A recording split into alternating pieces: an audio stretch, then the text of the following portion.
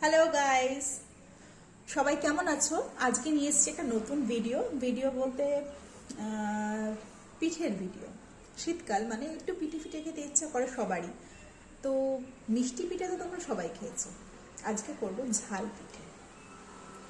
একটা দারুণ মানে কি বলবো টেস্টি, যেটা ভাতের সঙ্গে খেতে হয়। একদমই শুধু খায় না, ভাতের সঙ্গে গরম গরম ঝরঝরে ভাত হতে হবে, আর কিচ্ছু লাগবে না। এই পিঠেটা বানাও, গরম গরম ভাতের সঙ্গে খাও। অনেকে আবার ডালের পাতেও খায়, জানি না, তবে শুকনো ভাতে কিন্তু বেশি ভালো লাগে। শুকনো ভাতে মানে ঝরঝরে গরম ভাতে মেখে খেতে কিন্তু দুর্দান্ত লাগে। তো রেসিপিটা কি জানতে হলে থাকতে হবে আমার সঙ্গে। তো সবার আগে আমার চ্যানেলটাকে সাবস্ক্রাইব করে নাও আর দেখতে থাকো নতুন একটা রেসিপি। আজকে বানাবো চিংড়ি পিঠে, দুর্দান্ত স্বাদে গরম গরম ভাত সঙ্গে পিঠে। চলো দেখে নেওয়া যাক কিভাবে তৈরি করছি। তো সবার প্রথমে মিক্সির ছোট বাটিটা নিয়ে নিয়েছি। এর মধ্যে নিয়ে নেবো আমি চিংড়ি মাছ। চিংড়ি মাছটা ভালো করে ধুয়ে ছাড়িয়ে নিয়েছি। এখানে মোটামুটি 200 গ্রাম মতো চিংড়ি মাছ আছে। চিংড়ি মাছটা সবটাই দিয়ে দিলাম। আর নিচ্ছি নরম নারকেল, মানে একদম যে শাঁস যেটা পাতলা বেরোয় সেটা না, তার থেকে একটু শক্ত, আবার বেশি শক্ত থেকে নরম মানে বুঝে নাও আর কি। একদম নরম দেখেই বুঝতে পারছো। নরম নারকেল এখানে নিয়েছি একটা মতো, এটা আমি দিয়ে দিচ্ছি।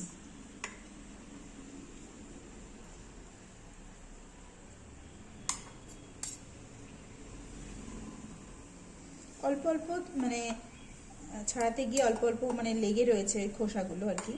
এগুলো ভালো করে ছাড়িয়ে নিয়েছি, তাও অল্প অল্প রয়েছে, অসুবিধা নেই। ঠিক আছে, দিয়ে দিলাম। আর দেব পরিমাণ মতো কাঁচা লঙ্কা। আমি এখানে 5টা মতো কাঁচা লঙ্কা দিচ্ছি। ঠিক আছে, আর যদি তোমরা ঝাল বেশি খাও, আচ্ছা ঠিক আছে 6টাই দিলাম। যদি তোমরা ঝাল বেশি খাও অবশ্যই ঝালটা বেশি দেবে। তবে আমি এখানে 6টা মতো কাঁচা লঙ্কা দিলাম। এটাকে আমি সুন্দরভাবে একটা পেস্ট তৈরি করব। চলো পেস্টটা তৈরি করে দেখাচ্ছি। চলে এসেছি পেস্টটা করে, দেখো পেস্টটা কিন্তু দারুণ সুন্দর হয়েছে। যদি প্রয়োজন হয় খুব সামান্য জল মেশাবে, নালে কিন্তু জল মেশানোর কোনো দরকার নেই। আমি এটা একটা বোলের মধ্যে ঢেলে নিচ্ছি।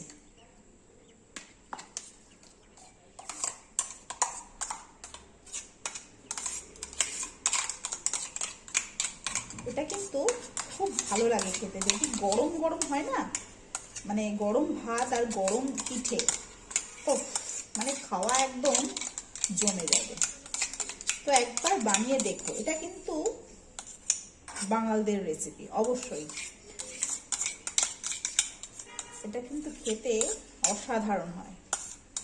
বাড়িতে তো আমি ট্রাই করেছি অনেকবার, খেয়েওছি, সবাইকে খাইয়েছি। তো তোমরাও একবার ট্রাই করে দেখো। চিংড়ি পিঠের রেসিপিটা দুর্দান্ত হয়। প্রয়োজন হলে ভিডিওটা সেভ করে রাখবে আর বানিয়ে খাবে। খুবই অল্প উপকরণ, দুর্দান্ত একটা রেসিপি। আমি মিক্সিং বলে সবটা ঢেলে নিয়েছি। এর মধ্যে আমি দেবো স্বাদ মতো নুন। নুন তো দিতেই হবে। আমি এর মধ্যে স্বাদ মতো নুন দিচ্ছি।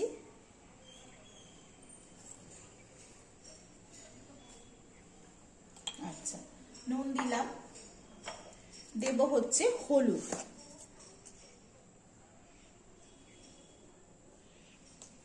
1 চামচ মতো হলুদ দিলাম, ছোট চামচে। দেব একটু জিরে গুঁড়ো, ছোট চামচে 1/2 চামচ মতো জিরে গুঁড়ো দিলাম। আর দেব যেটা মেইন জিনিস, সেটা হচ্ছে সর্ষের তেল। বেশ অনেকটা পরিমাণে আমি সর্ষের তেল অ্যাড করবো এর মধ্যে, যেটাতেই পুরো রেসিপিটা তৈরি হবে। আমি এখানে অনেকটা পরিমাণে সর্ষের তেল দিচ্ছি। এবার এটাকে যদি সম্ভব হয় হাতের সাহায্যে খুব ভালোভাবে মেশাতে হবে। আমি এখানে চামচ দিয়ে মেশাচ্ছি।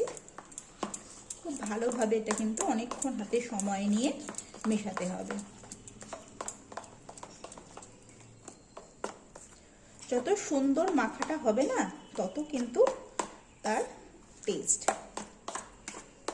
নুন ঝাল সব কিছু দিয়ে দিয়েছি, আর কিন্তু কোনো মশলা আমি এর মধ্যে দেব না। খুব অল্প উপকরণ আর খুব অল্প সময়।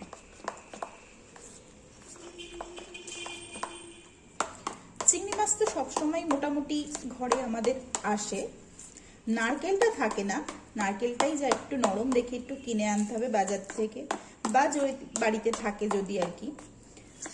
অবশ্যই রেসিপিটা ট্রাই করে দেখতে পারো। আর যেসব উপকরণগুলো দিয়েছি, নুন ঝাল তেল জিরে গুঁড়ো, একদমই বাড়িতে আমাদের সবসময় হাতের কাছে থাকে। মাখানো আমার হয়ে গেছে, এটা আমি সাইড করে দিচ্ছি।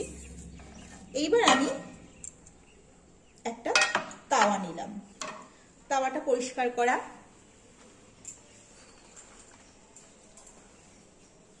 লাগবে আমার হচ্ছে কলা পাতা, মাঝখানে কলা পাতা দিলাম। ছোট সাইজের হলে কোনো অসুবিধা নেই, কেন আমি দুটো কলা পাতা দেব। আবার একটা বড় সাইজের কলা পাতা দিলাম। এইটার মধ্যে আমি পিঠেটা দেবো আর কি। এর মধ্যে যেহেতু এটার মধ্যে পিঠেটা দেব, আমি এর মধ্যে একটু সর্ষের তেল দিয়ে দিচ্ছি। দিয়ে হাতের সাহায্যে একটু আমি মিশিয়ে দিচ্ছি। চারিদিকে ছড়িয়ে দিলে কি ভালো হবে। রেডি হয়ে গেল। এইবার আমি এর মধ্যে আমি যে পেস্ট রেডি করে রেখেছি সেটা আমি এর মধ্যে দিয়ে দিচ্ছি। সুন্দরভাবে একটু ছড়িয়ে ছড়িয়ে দিতে হবে।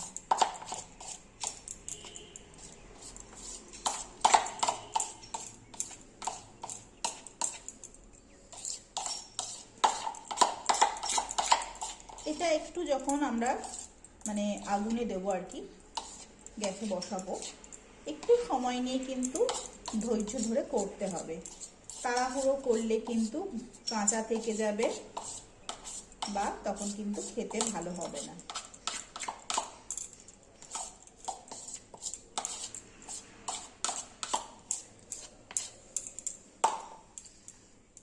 এবার একটু আমি চামচ দিয়ে এটাকে ছড়িয়ে ছড়িয়ে দিচ্ছি। নারকেল চিংড়ি মাছের কিন্তু কম্বিনেশন ভালোই লাগে। আমরা ভাপা খাই, তারপরে নারকেলের চিংড়ি খাই, বা মালাইকারি খাই। চিংড়ি মাছ যে নারকেলের কম্বিনেশন কিন্তু দুর্দান্ত। একবার এইটা ট্রাই করে দেখো। আমি চারিদিক ভালো করে ছড়িয়ে দিলাম সমানভাবে।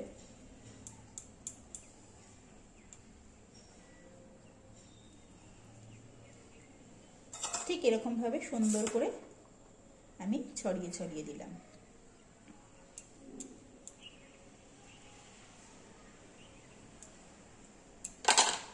দারুণ লাগছে না? ঠিক এভাবে করে তাওয়াটাকে আমি গ্যাসের উপর আবার বসাবো। নিচে একটা কলাপাতা দিয়েছি, তার উপর একটা কলাপাতা দিয়েছি। আমি যখন রান্নাটা রেডি করব তখন সবকিছু বলবো। এখন আমার এটা মেইন কাজ আমার হয়ে গেছে। এবার আমি গ্যাসে বসাবো। গ্যাসটাকে কিন্তু একদম লো করে রাখতে হবে। দিয়ে আমি এটা চাপিয়ে দিলাম। এটা মোটামুটি এক পিঠ হতে অন্ততপক্ষে 15 মিনিট করে লাগে। তো যাই হোক, এটা আমি একদম লো করে চাপিয়ে দিয়েছি। একটু ধৈর্য ধরে করতে হবে, কেননা ধৈর্যে সব সময় ফল কিন্তু ভালো হয়।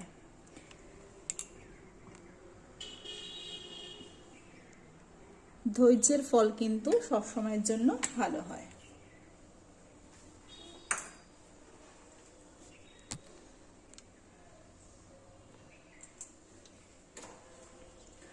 যাই হোক, এটা আমার মোটামুটি হয়ে গেছে বসানো। এবার আমি কি করব, ওপর থেকে একটা কলা পাতা চাপা দিয়ে দেবো। না সরি, এর মধ্যে আগে একটু তেল মাখিয়ে নিতে হবে। যেহেতু নিচের পাতাটায় তেল মাখানো আছে, তাই উপরের পাতাটায় আর একটু আমি সর্ষের তেল মাখিয়ে নেব।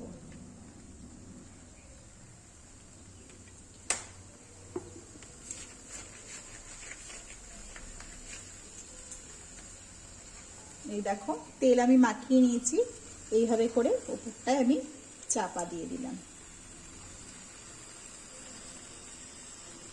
এটা এবার হতে থাকুক। মিনিট 15 পর আবার তোমাদের সঙ্গে দেখা হচ্ছে। আমি কিন্তু এটা খুলবো না, আস্তে আস্তে এটা হতে থাকুক। একদম লো ফ্লেম করা রয়েছে। যদি সম্ভব হয় কলা পাতার ওপরে আমি একটা থালা চাপা দিয়ে দিচ্ছি। যদি সম্ভব হয় তোমরা এরকম চাপা দিয়ে এটাকে কিন্তু বেশ কিছুক্ষণ হতে দেবে। কোনো রকম কিন্তু নাড়ানাড়ি করবে না, মানে একদম ধরে নাড়াবে না, এইভাবেই হতে দিতে হবে। চলো এবার ঢাকনাটা খুলে দেখা যাক।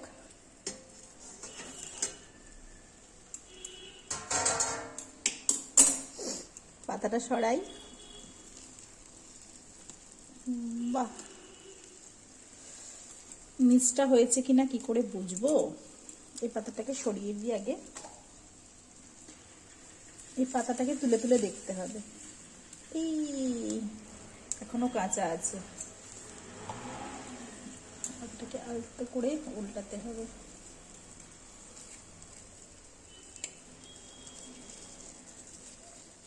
মানে পাতাটাকে দেখতে হবে, নিচের পাতাটা কিন্তু ভালোভাবে রান্না হয়েছে, মানে কুক হয়েছে, ওপরের পাতাটা এখনো হয়নি। দেখতে পাচ্ছ কিনা একটু দেখো ভালো করে। ওপরের পাতাটা এখনো কিন্তু পুরোপুরি কুক হয়নি। তাই ওপরের পাতাটা যতক্ষণ না ভালো করে কুক হবে ততক্ষণ কিন্তু এটাকে রান্না করে যেতে হবে।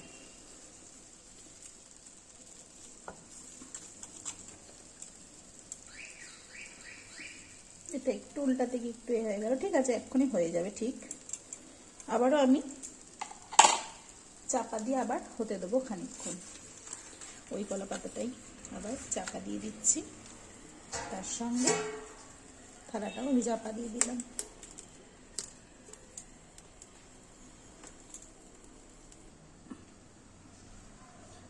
আবার একটু খুলে চেক করি হয়েছে কিনা। মনে হচ্ছে এবার হয়ে গেছে।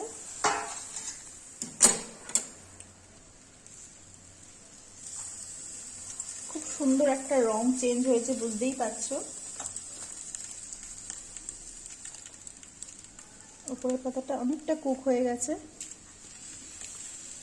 আর একটু হবে। নিচের পাতাটা যেরকম পুরো কুক হয়েছে, উপরের পাতাটা কিন্তু সেইভাবে কুকটা হয়নি। ঠিক আছে, আমি উল্টাবো এবার। পাতাটা দেয়া থাক, কিভাবে উল্টাচ্ছি সেটা দেখো।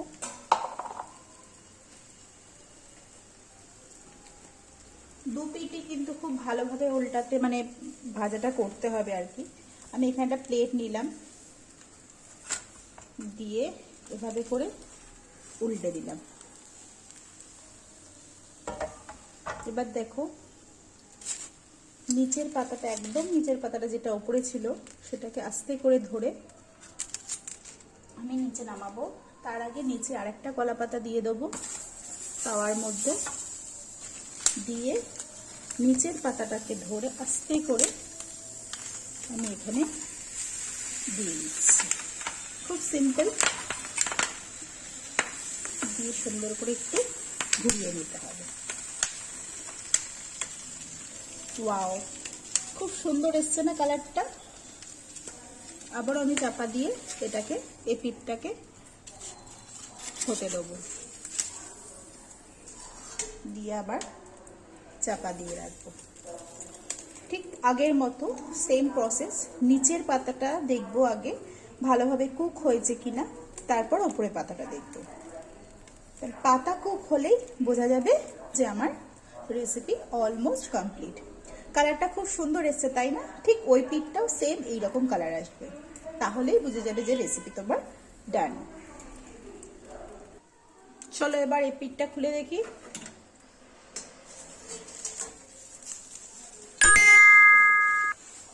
ওর পিঠটা তো ভালোই হয়েছিল।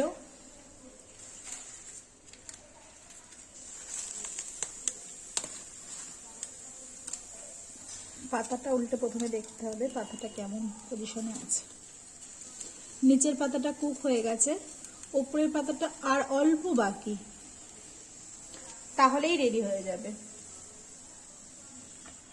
খুব সুন্দর একটা গন্ধ বেরিয়েছে, তার সঙ্গে কলা পাতার একটা ফ্লেভার, মানে অসাধারণ লাগবে।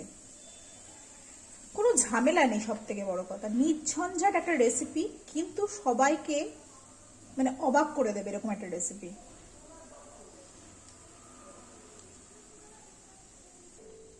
এইবার মনে হচ্ছে হয়ে গেছে। ঢাকনাটা সরিয়ে আমি দিয়ে এসেছিলাম, শুধু কলা পাতাটা দিয়েছিলাম। কিভাবে বুঝবো? বোঝার জন্য দরকার একটা স্পুন।